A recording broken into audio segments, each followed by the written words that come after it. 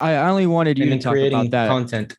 Yeah, That's and I the big wanted one. you to talk about that because it may be boring to some, but it's something that needs to be talked about. It's because so many people, how I think about it with music, they just see one just on stage DJing.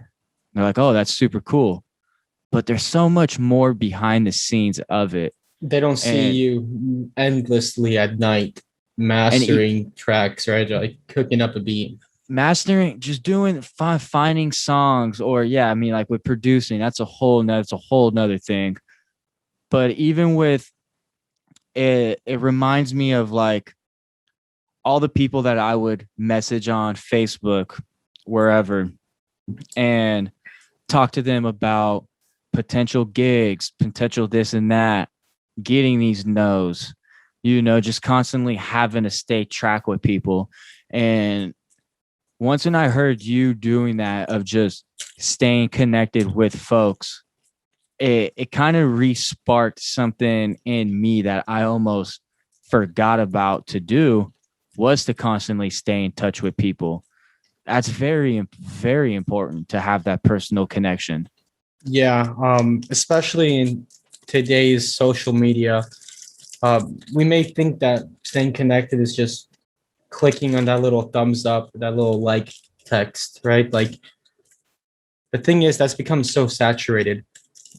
So often, like we want to stand out, it's dropping a comment, even if you don't know the damn person. Like we all have people added on Facebook and Twitter that like we don't know how the hell they got there, but I'm a victim of you guys that. been friends for the last 5 years. Maybe you met him one day at a bar. Who knows? But like, like this person's there, and it's you kind of you see them posting, they see you posting, they may like a thing here and there, but when's the last time you communicated with them? Like, when's the last time someone is posting some, negative things, or like, dude, every now and then, like I see someone post stuff about depression, right? Or like make a super dark post, man. And like it'll be sharing someone else's content. So it's not even their own original content. Like they have to be in a state of mind to share some negative content and to even be prescribed to negative content.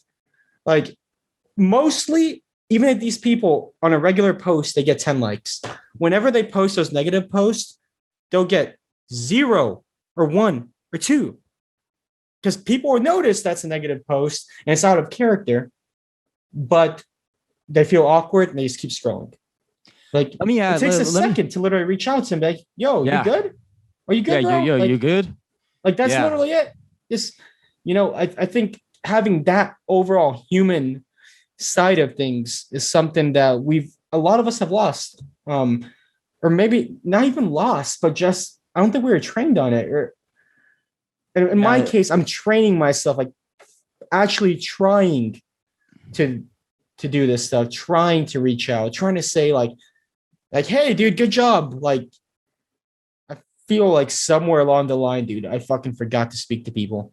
And I think that's a lot of people too. About real estate right now. With a lot of people, you can get maybe you'll get more of those good jobs, or hey, congrats, you just bought a house, blah blah blah blah blah. But you don't get those people who, when they share something, you don't know if they're just doing it for attention or not. But you don't get those people that check up on someone on that human to connection. Well, and that was uncomfortable. And that was something that I learned when we lost Josh. I remember seeing like a few Facebook posts from him that were kind of depressing, I guess, and just never bothered to reach out. And then next thing you know, he's gone. And it's kind of like, damn, man, like you obviously can't hold guilt towards yourself, but that was something that I learned, a hard life lesson that I learned at a pretty young age, to where I don't do it to everybody as much as I should, but it is something that I do when I do see it. If I'm willing to tell you congrats and I don't know you, I'm willing to just send you a message or a comment like, yo, you good? Yep. Even with now, like seeing a counselor a couple times a week, I become that person to where I see someone posting something sad on Facebook and they're like, I don't know who to talk to. I know it's cliche, bro. I'll comment, see a counselor. Yeah. Seriously, like see a counselor. Yeah, I personally would love one. Like I think all of us, man, we battle with our demons inside and we throw on a mask for society. I think often, like, That was you can't constantly be showing exactly what you're feeling. yeah. Often you're gonna be feeling like absolute garbage that day. You're gonna be going through a depression wave. I call it like it's like a roller coaster. I like saying like winter or summer, right? Like whenever you're in winter is where your mind is playing games with you and it's kicking your ass, and like that's time to calm down, like stay in and like absorb, really think about what's going on. But know that summer is coming. The seasons always change. Yeah, and And I think whenever summer comes, be ready to explode.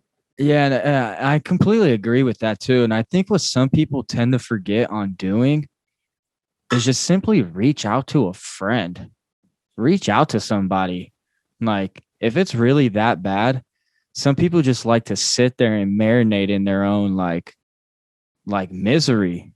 And it's like, yeah, just call someone, FaceTime somebody, do whatever to where it's like more than most of the time, when you do reach out to somebody, that will help.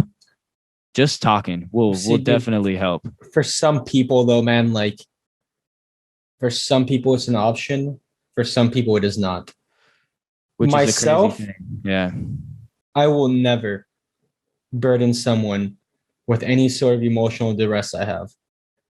I could be going through the worst hell possible, and I would do my best to keep on a mask to where I don't feel like my fiance is burdened, where I don't feel like anybody knows what's going on, because the burden of knowing that someone else is worried about your burden, for me, makes the problem worse.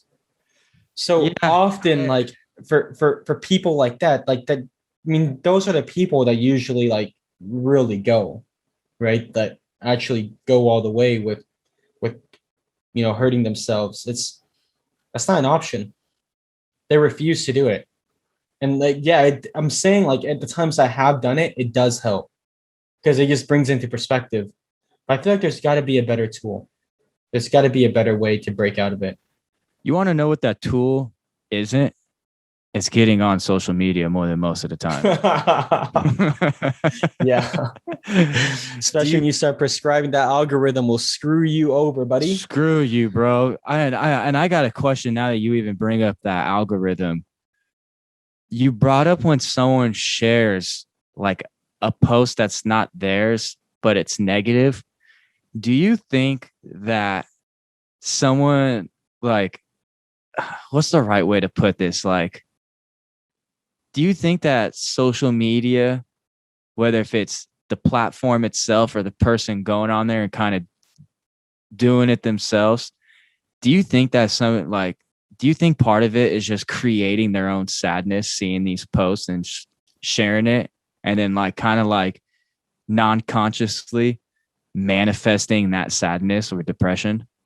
I think, yeah, I mean, honestly, I think tech does play a bit of a role into it.